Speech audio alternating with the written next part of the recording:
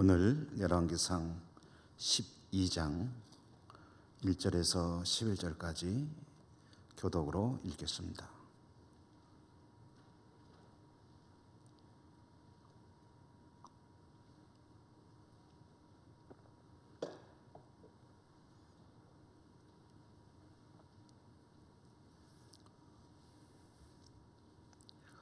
르호보암이 세겜으로 갔으니 이는 온 이스라엘이 그를 왕으로 삼고자 하여 세겜에 이르렀음이더라.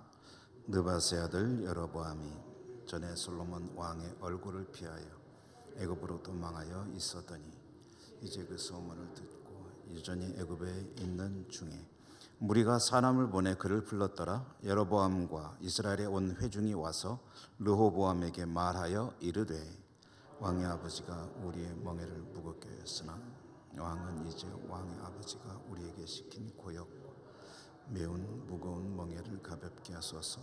그리하시면 우리가 왕을 섬기겠나이다.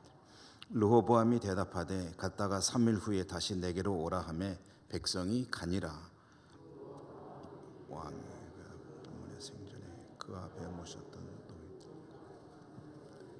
너희는 어떻게 충고하여 이 백성에게 대답하게 하겠느냐.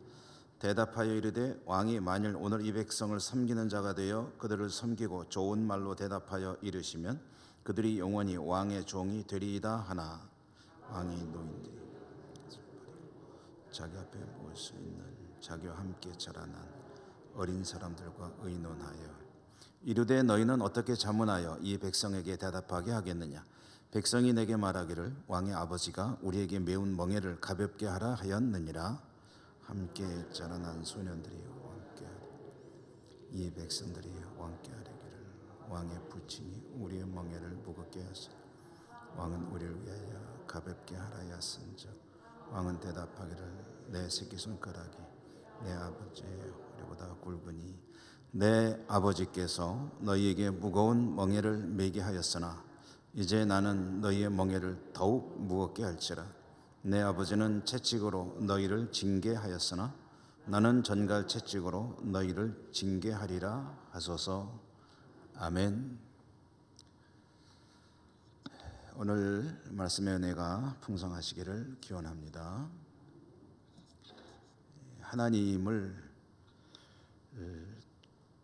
만나고 싶고 또 좀 진하게 경험을 하고 싶은 소원을 우리 모두가 가지고 있습니다. 그런데 하나님을 만난다는 것은 어떻게 만날 수 있느냐.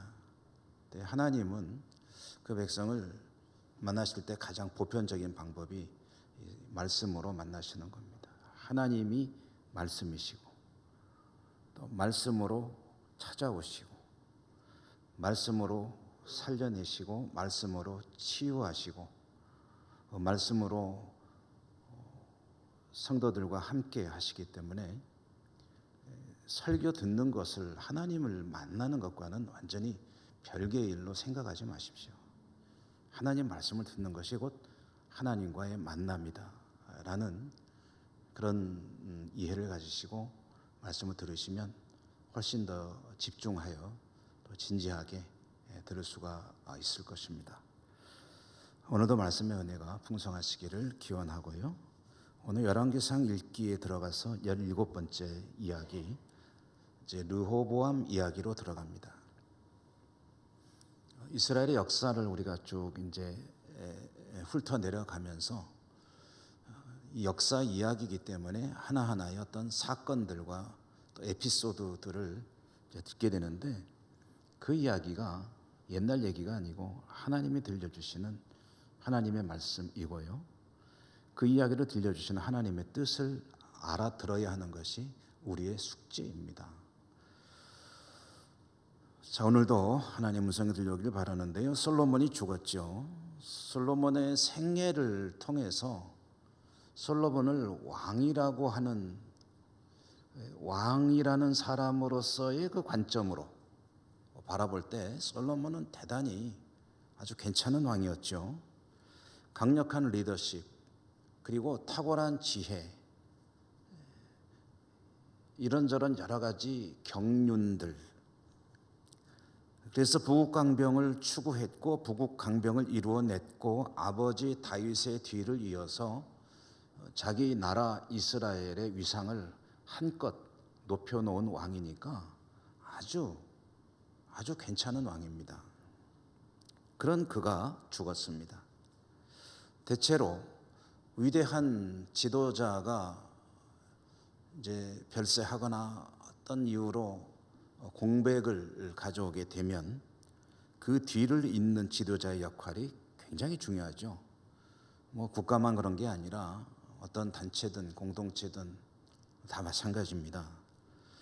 위대한 지도자가 그 자리를 비우게 되었을 때 그 빈자리를 제대로 잘 메꾸는 것이 굉장히 중요하죠. 다윗이 죽었을 때는 솔로몬이 그 자리를 잘 메꿨습니다. 잘 메꾸는 것 같았습니다. 잘 메꾸었습니다라고 했다가 잘 메꾸는 것 같았습니다로 말을 바꿨습니다. 왜 바꿨느냐? 이유가 있기 때문이죠. 그 이유는 차차 우리가 보게 될 것입니다. 겉으로 볼 때는 잘 메꾸는 것 같았습니다. 뭐 잘 메꾸는 것 같았다 정도가 아니라 오히려 한층 나라를 키워놓았으니까 아주 몇 배로 더 잘했죠. 그러나 그런 모습이 사실은 중요한 게 아닙니다. 겉으로 아무리 화려해도 속으로 골병이 들으면 그러면 별로 건강하지 못한 거죠. 이스라엘은 겉으로는 아주 발전한 것 같았으나 속으로는 병들어가고 있었습니다. 그게 솔로몬이 가져온 일종의 외화내빈, 겉으로는 화려해 보이는데 속으로는 속빈 강정과 같은 그런 상태로 나라를 만들어 가고 있었다는 거죠. 뭐 영적인 문제는 뭐 당연한 것인데 그거는 우리가 교회 있을 때 이야기하고요. 사실 영적인 것뿐 아니라 이 국내적으로 이 내부적으로 국민들 간에 아주 안 좋은 그런 분위기가 형성이 되고 있었습니다.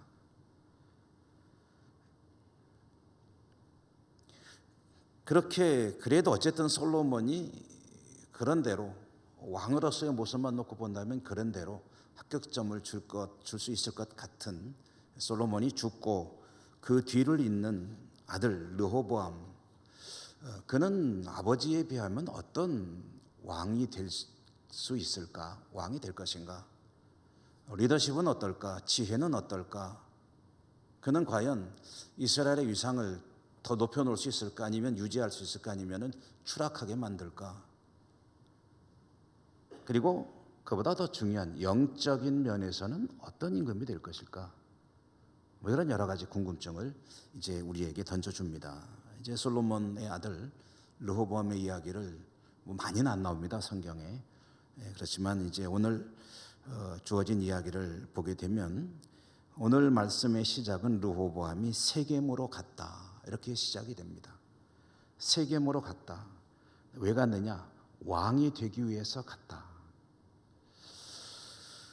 여러분, 세겜으로 르호보암이 왕이 되기 위해서 갔다 하는 것을 그냥 읽으면 별거 아닌 것 같지만 곰곰이 들여다보면 이거 좀 이상합니다. 왜 그렇습니까? 왕이 되기 위해서 왜 세겜으로 갔을까요? 왕궁은 어디에 있습니까? 예루살렘에 있습니다. 성전은 어디 있습니까? 예루살렘에 있습니다. 그러면 왕이 되려면 예루살렘에서 왕이 돼야지 왜 세겜으로 갔을까요? 세겜은 예루살렘에서 북쪽으로 한 30km 정도 떨어진 그런 곳입니다.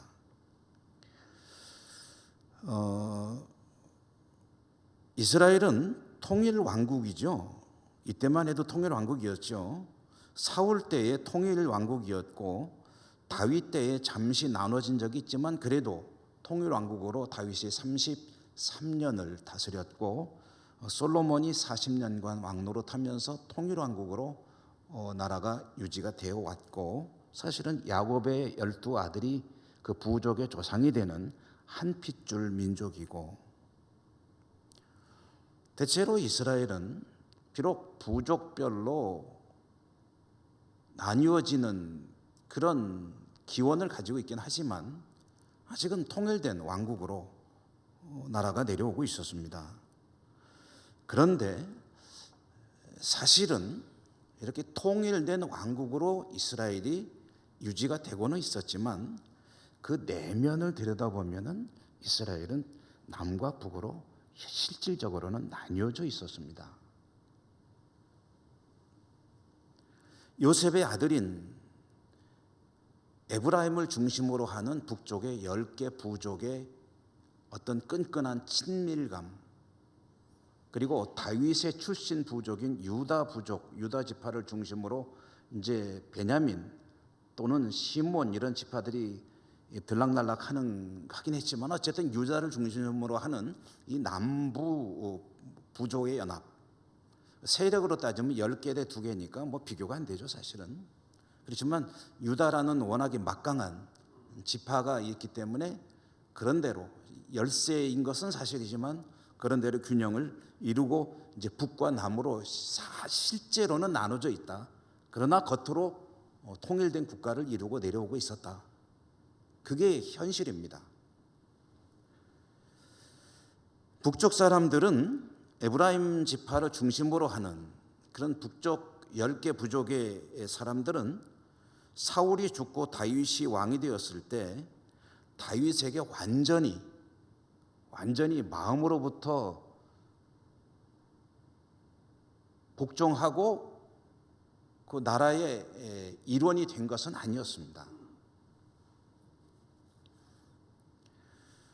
완전히 한 나라가 이루어진 것은 아니었다는 얘기죠. 다만 다윗의 업적이 워낙에 탁월하고 그리고 그 힘이 막강하기 때문에 압도적이었기 때문에 감히 저항할 엄두를 내지 못했을 뿐 마음속으로부터 다윗에게 완전히 이제 복속된 그런 것은 아니었다는 거죠. 솔로몬 때에도 그런 상황은 이어졌습니다. 그렇지만 큰 문제가 없이 그냥 한 나라로 이어져 내려온 거죠. 그런데 이 다윗 시대보다 솔로몬 시대가 나라는 훨씬 더 위세가 당당해졌지만 내부적으로는 골병이 들었다는 얘기는 무슨 얘기냐면 영적인 이야기 이전에요. 북쪽 사람들의 불만이 계속 팽배하고 있었습니다. 무엇 때문에 그렇게 팽배하고 있었느냐 불만이. 솔로몬이 성전도 짓고 왕궁도 지은 것은 뭐 그렇다고 치더라도 전국 곳곳에 요새를 건축하고 국고성을 건축하고 또 이런저런 시설들을 건축하다 보니까 백성들은 정말 죽을 지경이었습니다. 세금 내느라고 죽을 지경이고 또 부역에 끌려가서 노역을 담당하느라고. 성경의 다른 곳에 보면은 이제 이런 노역은 이스라엘 백성들이 안 하고 노예들을 시켰다라고 나오는 지역도 있는데, 그런데 사실 그럴 수가 없습니다. 노예가 몇 명이나 되겠습니까? 그냥 백성들의 몫입니다, 전부 다. 전국적으로 어마어마한 요새와 군사시설들, 공사들, 토목공사, 건축공사, 고스란히 국민들의 몫으로 돌아오게 되고 국민들은 불만이 쌓이지 않을 수가 없습니다.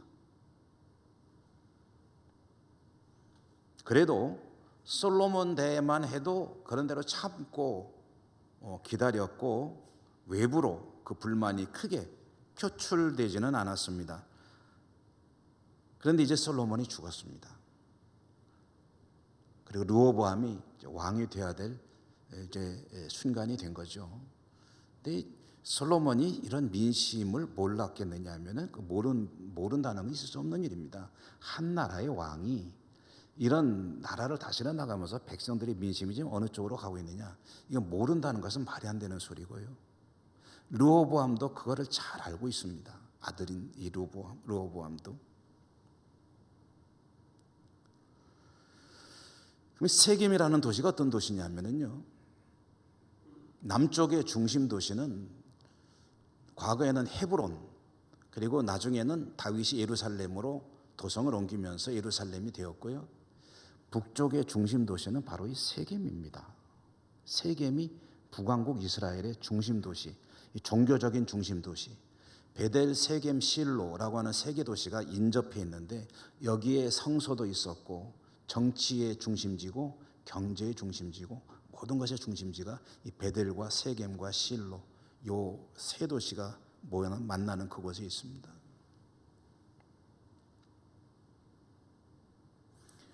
우리나라로 치면 이게 이제 어떤 도시냐 하면 평양과 같은 도시입니다. 평양. 그러니까 이게 우리나라로 한번 비유를 해볼까요? 지금 나중에 우리나라가 통일이 됐다. 그래서 남북한이 통일된 정부를 이루고 대통령이 이제 취임식을 하는데, 그런데 어디에서 할 거냐 할 때에 대한민국의 수도는 서울이니까 당연히 서울에서 해야 되지 않느냐라는 말이 나오겠지만, 그러나 대통령으로 취임하는 이가 평양에서 합시다 라고 말을 한 겁니다. 왜 그렇겠습니까? 북쪽 사람들의 민심을, 정서를 생각해서 이제 말하자면 배려하는 거죠. 세겜으로 간 게 그래서 간 겁니다. 북쪽 사람들의 불만이 너무 팽배해 있고 이거 그대로 두면 안 되겠다. 그러니까 내가 여기서 예루살렘에 살 게 아니라 이제 세겜으로 가서 해야 되겠다 하는 나름대로의 정치적인 그런 의도를 가지고 르호보암은 이제 왕에 취임하기 위해서, 왕위에 오르기 위해서 세겜으로 갔다 하는 그런 얘기입니다. 그만큼 민심이 동요되고 있었고 민심이 흉흉했다.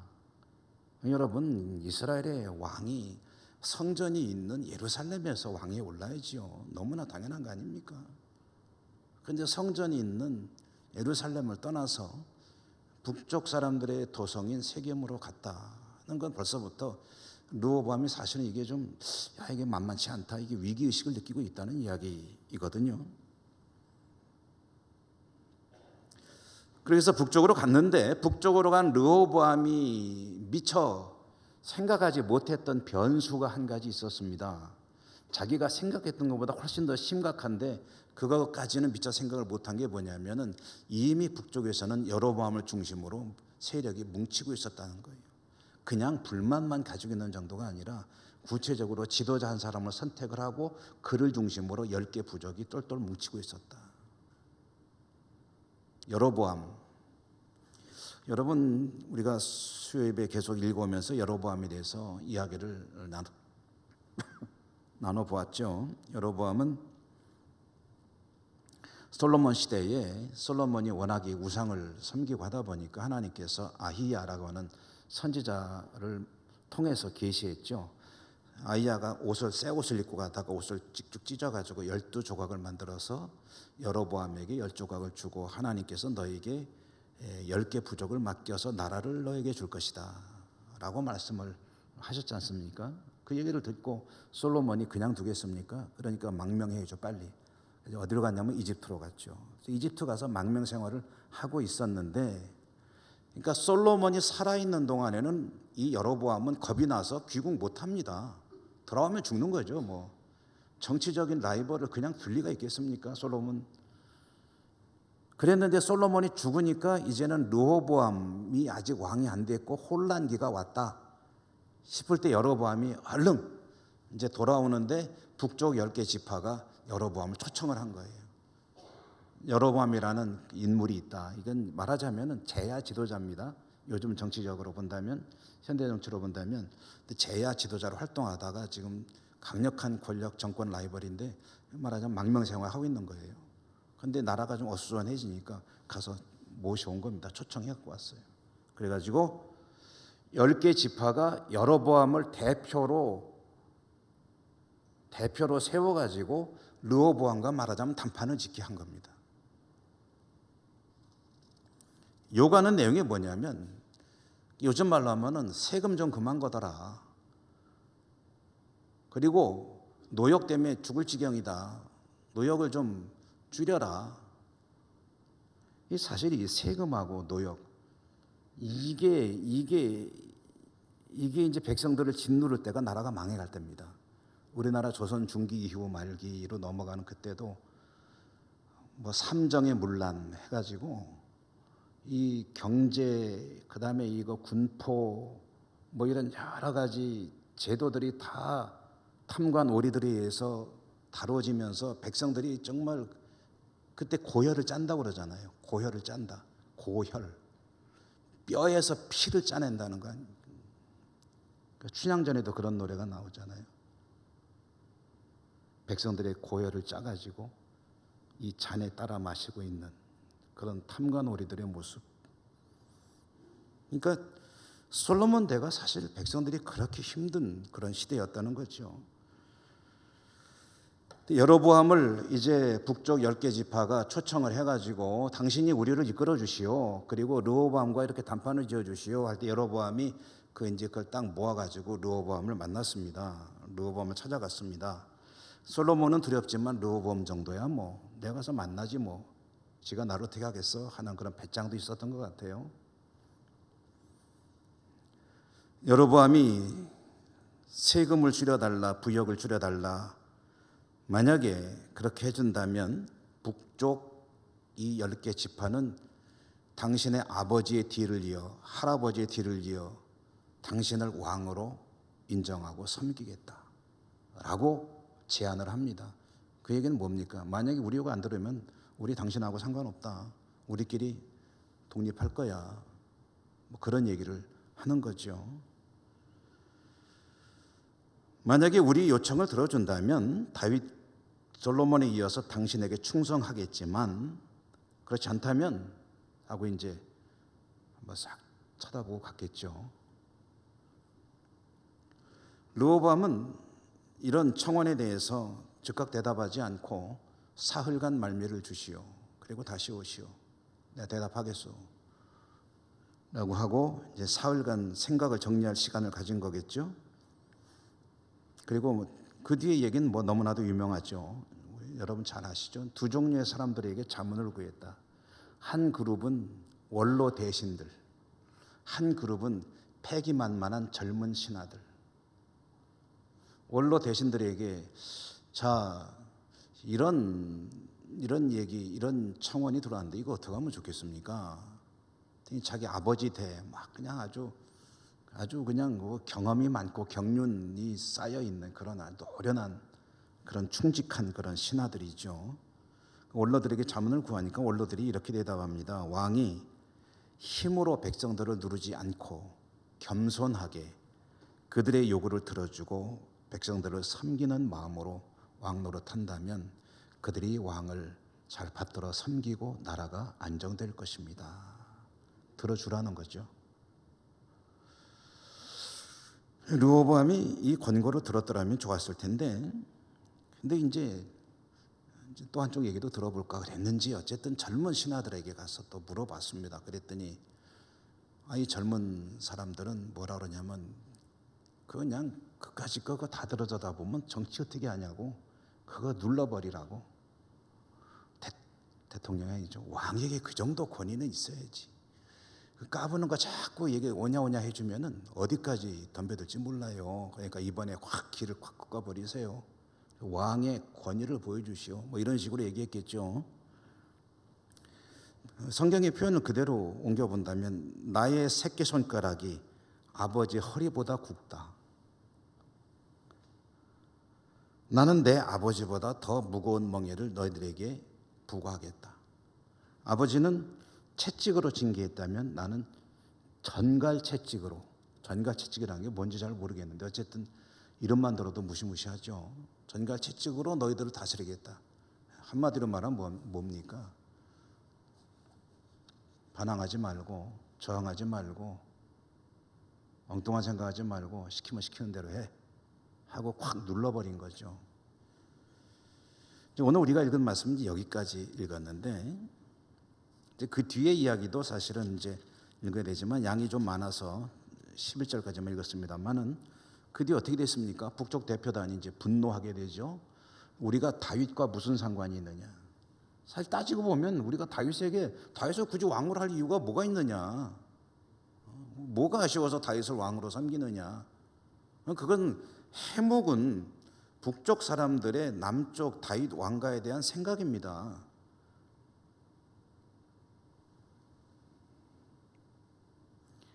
더 이상 다윗 왕가와 우리와는 상관없다. 그러고서 이제 거기서 이제 딱 잘 됐다 그러고 딱 선언을 해버리는 거예요.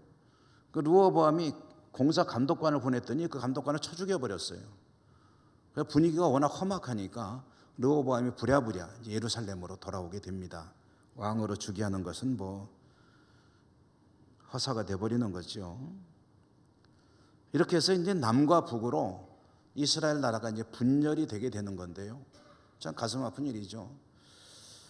자, 그런데 오늘 우리가 읽은 말씀 가운데서 읽지 않은 말씀 한 절을 좀 생각해 보려고 하는데요. 여러분, 우리가 11절까지 읽었는데 15절의 말씀을 한번 같이 읽어보십시다. 15절 한번 성경 다시 펴시고 12장 15절을 읽겠습니다. 시작. 왕이 이같이 백성의 말을 듣지 아니하였으니 이 일은 여호와 난 것이라. 여호와께서 전에 실로 사람 아히야로 느바세 아들 여로보암에게 하신 말씀을 이루게 하심이더라. 아멘. 자, 이제 성경이 이제 이 사건에 대해서 이렇게 평가를 하고 있는 겁니다. 이 일은 하나님께서 얼마 전에 선지자 아히야로 하여금 나라를 찢어서 여로보암 너에게 열덩어리를 주마라고 했던 그 말씀을 이루려는 것이었다라는 그런 성경의 평가인데요. 르호보암이 이렇게 한 것, 이런 일이 벌어지게 되고 이렇게 된 것은 하나님 말씀이 그대로 이루어지기 위함이었더라 라는 이런 말씀. 이게 이제 이 말씀을 그냥 곧이곧대로 이해를 하게 되면, 문자적으로 이해를 하게 되면 나라가 분열되는 것이 하나님의 예정이었고 하나님은 예정을 이루시기 위해서 르호보암으로 하여금 백성들의 요구를 거절하게 하셨고, 그래서 하나님의 예정대로 나라는 분열이 되었다라는 것처럼 이 말씀이 이해가 됩니다. 문자적으로 보면. 근데 여기서 이제 우리가 고개를 갸웃하게 되는 거죠. 하나님께서 자신의 말씀을 이루기 위해서 한 나라의 분열, 이 비극이잖아요. 이런 일이 되도록 르호보암으로 하여금 거절하게 하셨다. 하나님이 뭔가 좀 이렇게 역사하셔가지고 르호보암이 거절하게 만들고 그래서 나라는 분열되게 하신 것처럼 이 말씀이 이제 이해가 되는데요. 사실은 뭐 그런 건 아니죠. 하나님께서 이러한 우리 인간 세상의 어떤 비극적인 일들을 예정하셨고 그대로 만들기 위해서 해서는 안 될 일들이 막 일어나게 만드신다. 이런 것은 사실은 성경 전체의 맥락과 전혀 맞지 않습니다. 성경은 한 분 하나님의 말씀입니다. 그러므로 어떤 부분을 딱 뜯어서 이렇게 읽을 때에 그 말씀이 전체 맥락과 이게 안 맞으면 그건 잘못된 해석이에요. 그렇기 때문에 성경 여기저기 말씀을 빼가지고 이렇게 저렇게 해석해가지고 교묘하게 미혹을 가져오는 이단들의 성경 해석은 문자 그대로 가지고 와서 해석하라는데 안 맞아요. 전체하고. 예를 들어서 아빠가 아들을 종아리를 한 대 때렸다. 그것만 놓고서 아빠는 나를 미워한다고 해석하면 됩니까? 아빠가 나에게 어떤 존재인가를 알고 거기에 맞춰서 해석을 하면 내가 빵점을 맞아가지고 앞으로 잘하라고 격려의 매를 때리셨구나 라고 이해를 할 수 있는데, 다른 건 다 빼놓고 그건 아빠가 나를 때렸다, 아파서 혼났다, 아빠가 미워, 그것만 놓고 따지고 보면은 그럼 이상한 해석이 되어버리는 거죠. 여러분, 여기 보면 하나님께서 아히야를 통해 하신 말씀을 이루려 하심이었더라 라고 했더니 이 말씀을 가지고 하나님이 이스라엘 나라를 둘로 쪼개놓으시려고 말이야. 르호보암이 그때 생각을 이렇게 싹 바뀌게 해가지고 또 젊은 사람들 그거를 따르게 해가지고 결국 나라가 쪼개지게 되는데, 이것이 하나님이 말씀을 이루기 위함이었더라 라는 것처럼 해석하면 그건 아주 잘못 본 거라는 거죠. 이것과 우리가 함께 좀 비슷한 건데요. 한번 같이 생각해 볼 문제는 우리 그 장로교의 가장 대표적인 교리 중에 이중예정 교리, 이중예정, 구원에 관한 이중예정이라는 것이 있습니다. 이중예정. 그러니까 하나님이 구원받을 자와 구원받지 못할 자를 미리 정해내셨다는 거예요. 그래가지고 구원받을 자는 어떻게든 구원받고 구원받지 못할 자는 어떻게든 구원받지 못한다. 이 칼빈의 이중예정 교리. 이렇게 이해를 하는데 이 사실은 요즘에 그 신학자들이 그것은 칼빈의 이중예정 교리를 잘못 이해한 것이다 라는 주장들도 만만치 않습니다. 아마 우리 성도님들 옛날에 그런 얘기 많이 들어보셨을 거예요. 하나님이 구원받을 자와 구원받지 못할 자를 다 정해놓으셨다. 그러므로 구원받지 못할 자 아무리 가서 해봐야 결국은 구원 못 받는다. 그러나 구원받기로 예정되어 있는 사람은 사실은 반드시 나중에 구원받게 된다. 뭐 이런 얘기를 하는데 이게 장로교의 교리라고 하는데 거기에 대해서 좀 신학적인 재검토가 많이 이루어지고 있습니다. 자, 여러분, 하나님께서 자신의 계획대로 하시기 위해서 르호보암을 하여금 이 백성들의 청원을 거절하게 만드셨냐 하면 그건 그렇지 않다는 거예요. 르호보암에게는 나라를 분열시키지 않을 수 있는 기회가 여러분 있었습니까? 없었습니까?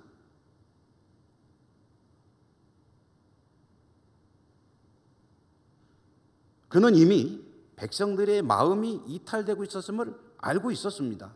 그렇기 때문에 세겜으로 갔습니다. 그 정도 정치적인 배려까지 하면서 세겜으로 갔는데, 그렇다면 이왕 북쪽 백성들의 민심을 달래기 위해서 세겜까지 갔으면 그들의 청원도 들어주어야 되지 않느냐는 거죠. 그게 왕에 즉위하는 사람의 일종의 정치적인 리더십이고 또 나라를 다스리는 지혜로 경륜이기도 하고, 그리고 자기 왕위를 든든하기 위해서도 필요한 책략이기도 하고, 그렇게 해서 나라가 평안해지고 분열되지 않고 할아버지와 아버지가 그렇게 공들여 세워온 이 나라를 자기 대에서 쪼개는 그런 일도 없을 것이며, 더구나 지혜가 아주 충만한 원로들이 그렇게 조언을 했지 않습니까? 왕이 겸손하게 백성들을 섬기면 그들이 왕에게 충성할 것입니다. 그런데요, 그 원로들의 조언도 듣지도 않고 결국 어리석은 선택을 했는데, 어리석은 선택을 한 것이 그때 하나님이 그때 머릿속에 그렇게 역사하셔가지고 만드신 거냐? 그거는 인간을 너무 기계적인 그런 존재로 보는 결과죠. 자기에게 얼마든지 선택할 기회가 있었습니다. 그러나 그런 기회들을 다 뒤로 던져버렸고 하나님의 예고가 그대로 이루어졌다는 것이죠. 그럼 예정이라는 건 뭐냐? 하나님의 예정. 이 말씀의 뜻은 뭡니까? 도대체 무슨 소리입니까? 할 때에 여기 대해서는 이렇게 이해를 합니다. 하나님께서 누구에게나 하나님의 뜻에 따라 좋은 길로 갈 수 있는 선택의 기회를 주시는데, 그런데 하나님은 전지전능하신 분이시므로 그가 그런 길이 주어질 때 어떤 선택을 할지를 알고 계시다는 거죠. 그래야 전지하신 분 아닙니까?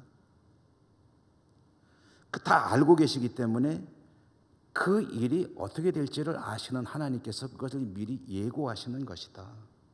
그러니까 이것은 하나님의 예정이라기보다는 예고라는 개념으로 이해하는 것이 좋다. 하나님께서 앞으로 어떻게 될 거라고 예정해 놓으시고 그것을 기계적으로 이루어 가신다가 아니라 하나님의 큰 경륜과 섭리의 틀은 있지만 그 속에서 사람들에게 하나님은 끊임없이 기회를 부여하신다. 이중 예정도 마찬가지입니다. 여러분, 하나님께서 미리 구원받지 못할 자를 예정해 놓은 게 아닙니다. 그에게 많은 기회가 주어집니다. 그러나 하나님이 아시는 거죠. 그는 끝까지 그 기회를 거부할 것이다. 그러므로 예수 그리스도의 복음을 받음으로 구원받을 기회는 그에게는 이루어지지 않는다. 그러므로 그는 구원받지 못할 자이다 라는 의미에서의 예고이지, 너는 구원받지 못할 거로 내가 따로 띄어놨어, 이것은 성경하고 안 맞잖아요. 성경하고 안 맞는 것은 그것은 아닌 겁니다. 하나님은 전지전능하신 분이므로 모든 사실을 다 아시고요, 결국 그런 차원에서 구원에 이르지 못할 자가 있음을 아시고 마지막까지 구원에 이르지 못할 자가 있고 이르는 자가 있다. 이것이 이제 이중 예정의 새로운 해석입니다. 여러분, 오늘 이 말씀 가운데서 르호보암이 최악의 선택을 하지 않습니까? 아예 몰랐던 것도 아니고 다 알고 있음에도 불구하고 최악의 선택을 하는데, 저도 여러분도 우리에게도 하나님이 주신 기회가 있습니다. 늘 기회가 있습니다. 항상 선택의 갈림길을 우리는 끊임없이 신하며 살아가고 있습니다. 하나님께서 원하시는 길은, 그것은 생명의 길이요, 나도 살고 남도 살고 모두가 사는 축복의 길입니다. 우리는 언제나 그 길을 선택할 수 있습니다. 지금 당장이라도 내가 생각하고 고심하는 그런 여러 가지 문제들에 대해서 하나님이 주시는 길이 있습니다. 근데 그걸 거부합니다. 거절합니다. 왜냐? 제 나름대로 생각이 있거든요. 여러 가지 좋은 조언을 해줘도 그걸 그냥 외면해 버립니다. 그리고 자기 감정에, 자기 기분에, 자기 스타일에 맞는 길을 선택하는 경우가 참 많습니다. 근데 그런 길들을 자꾸 가다 보면 하나님이 기뻐하시는 삶을 살 수가 없습니다. 지금 현재 이 순간 나에게 주어진 여러 가지 선택지들 가운데서 무엇이 하나님께서 기뻐하실 것이냐 생각하고 끊임없이 그 길을 따라간다면 하나님의 생명이 있고 하나님의 은혜와 축복이 넘치는 그런 삶으로 가게 될 줄로 믿습니다. 여러분의 삶이 그런 복된 삶이 되시기를 주님 이름으로 축원합니다.